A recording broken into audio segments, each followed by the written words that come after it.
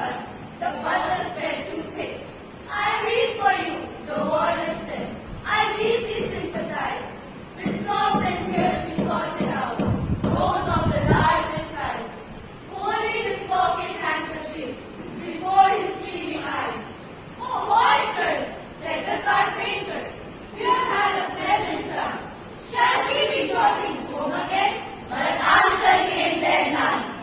And this was scarcely odd, because they had eaten everyone.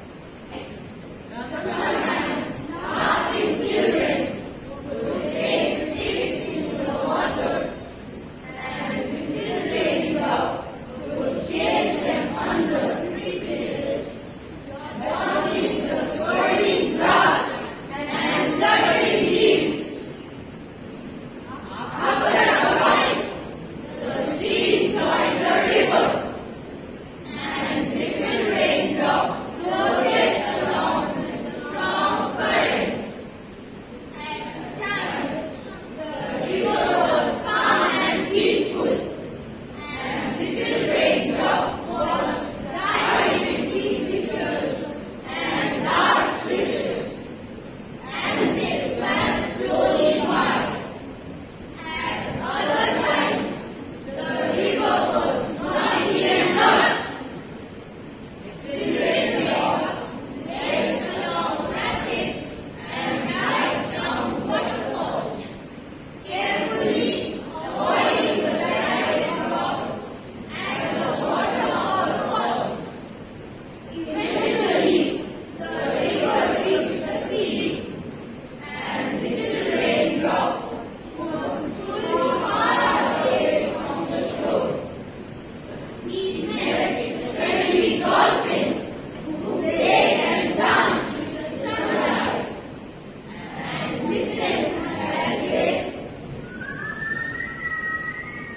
whistled and lifted greetings to each other.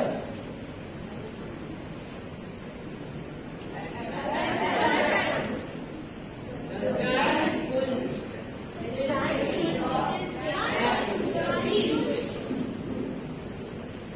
He served the fish and ran onto the shore until the following.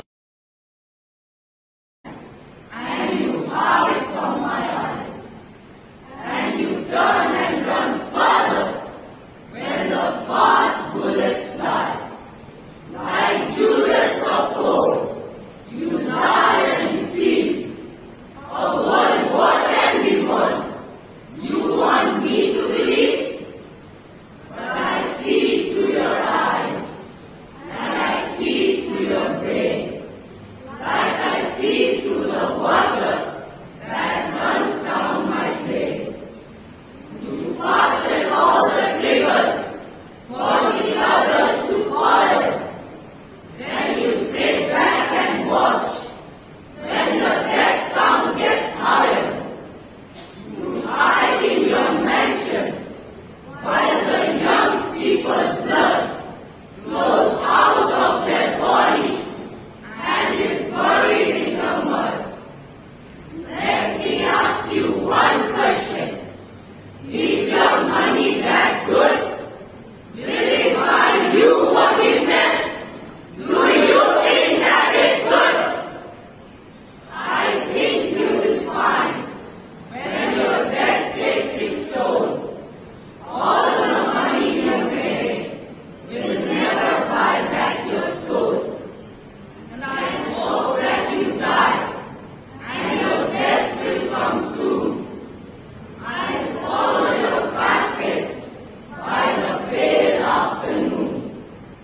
I watch while you're lowered down to your deathbed, and I stand over your grave till I'm sure that you are dead.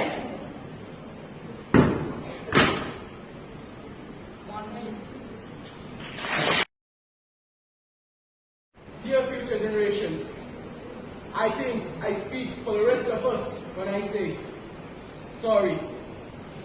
Sorry that we left you with IMS of our planet. Sorry that we are too caught up in our own doing to do something. Sorry that we listened to people who made excuses to do nothing. I hope you can forgive us. We just didn't realize how special the earth was. We didn't know what we had until it was gone. For example, I'm guessing you know what is the Amazon desert, right? Well, believe it or not, it was once called the Amazon rainforest. And there were billions of trees there, and all of them were caught. That we will be watching. This is all wrong. I shouldn't be here. I should be back in school on the other side of the ocean. Yet all of you come to us young people for home. How dare you? You have stolen my dreams and my childhood with your empty words. And yet I am one of the lucky ones. People are suffering. People are dying. Entire ecosystems are collapsing. We are in the beginning of a mass extinction. And all you can talk about is money and fairy tales of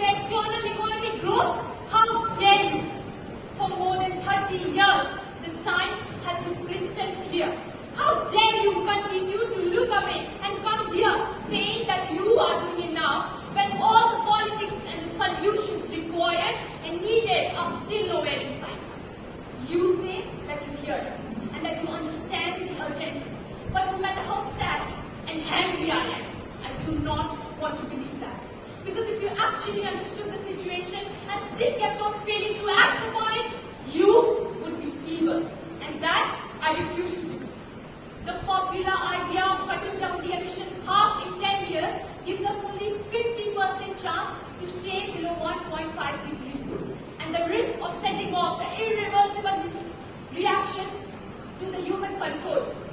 50% may be acceptable to you, but that does not include most feedback loops, tipping points, the additional warming hidden by the toxic air pollution, and the aspects of equity and climate justice. They all also rely on my generation sucking up hundreds of billions of tons of CO2 from the air from the technologies that barely exist. So, a 50% risk is simply not acceptable to us, we who have to live with the consequences. To have a 67% chance of staying below 1.5 degrees, the best odds given by the IPCC. The world had 420 gigatons of CO2 left to emit back on January 1st, 2018. Today, that figure is down to 350 gigatons. You say that you understand this, but I do not believe that. Because with the current emission levels, the remaining CO2 level will be gone in less than 8.5 years. There will be no plans or solutions present in line with these figures here today. Because these numbers are just too uncomfortable. And you are still not mature enough to tell it like it is. You are failing us. And the eyes of the young people are upon you. The young people are starting to understand your betrayal. Rather, to be dedicated here to the unfinished work, which the ones who fought here have thus far so nobly advanced. It is rather for us to be here, dedicated to the great task remaining before us, that these honored dead, we take that from these honored dead, we take increased devotion to that cause for which they here gave. Jew, Gentile, black man, white. We all want to help one another. Human beings are like that. We want to live by each other's happiness, not by each other's misery. We don't want to hate and despise one another. In this world, there is room for everyone. And the good earth is rich and can work for everyone. The way of life can be free and beautiful, but we have lost the way. Greed has poisoned man's soul, has barricaded the world with hate, has pushed us into bloodshed and misery.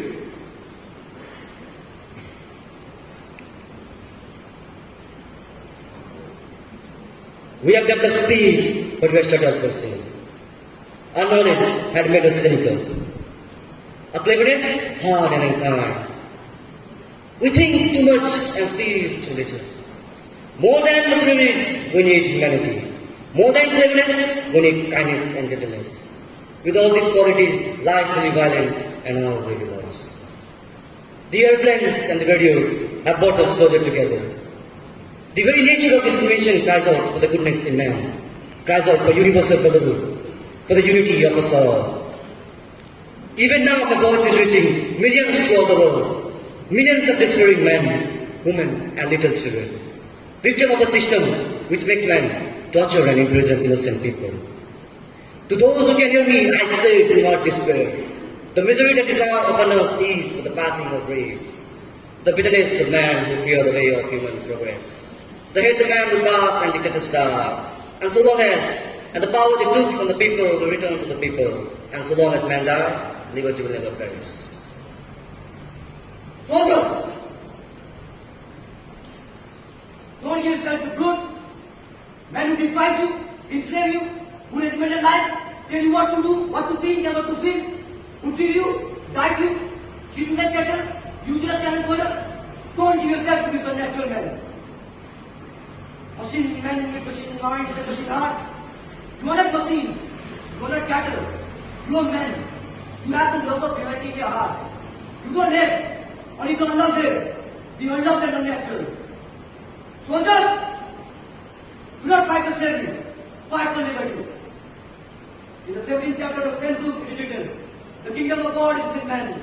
Not one man, not a group of men, but in all men. In you the people have the power to create machines, the power to create happiness. You, the people, have the power to make this life free and beautiful. The power to make this life a wonderful. Allow ourselves to think about the future because we are afraid of change. We are afraid to move away from things what is familiar to us. Either that, or sometimes we are too rigid to let our dreams evolve. Loosen up, shake it off a little. A big change is the only constant thing in life, and you're never too old or never too experienced to learn something new.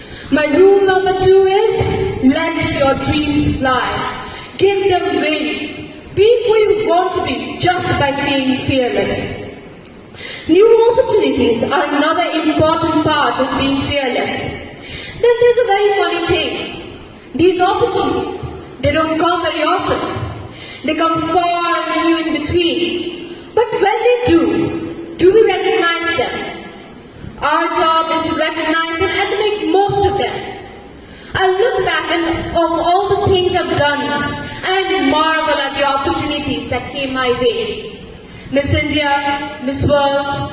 When I was in Bareilly Army School, my first film offer, my first music single, the first film I actually produced. There was never a plan, ever. More like the universe sort of guiding me towards these opportunities. All I had to do was recognize them and make sure that I worked so hard that I squeezed every drop out of these opportunities. This, ladies and gentlemen, is called drive. It's called ambition. So no matter where you are in life, rule number 3, you've never arrived enough to explore your opportunities, and there's nothing wrong with being ambitious. Now, for all of you who like everything in life, I don't think there's anything wrong in wanting to have the whole cake and eat it too. Don't be scared to want more for yourself than you ever thought you could.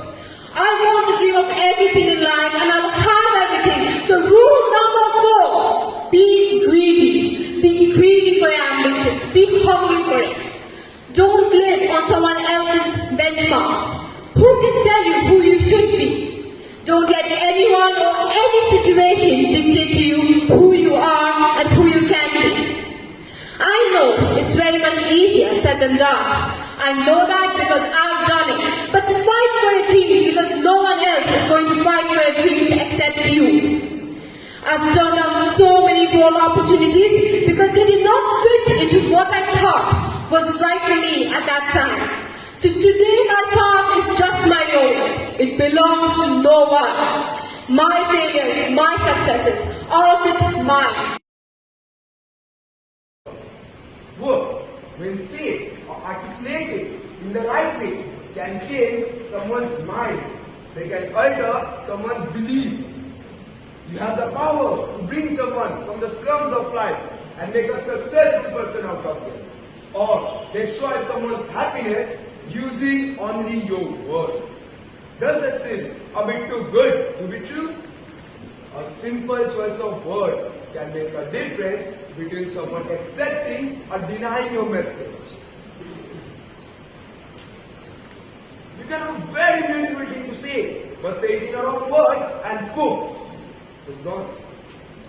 I have a son who is 2, and he had this bad habit of writing on the walls with crayons. And one evening, I walked into his school, and he was going just writing and drawing and so on. And I said, hey, are you stupid? Don't you ever do that again? And guess what happened? He did it again. Nobody likes to be stupid. Nobody likes to be stupid. His pride will not allow it. He did it again, just to spite me. A week later, I walked into his room, and again he was going at me. This time, he was even looking at me. Just. Have you ever wondered why nobody cares about global warming?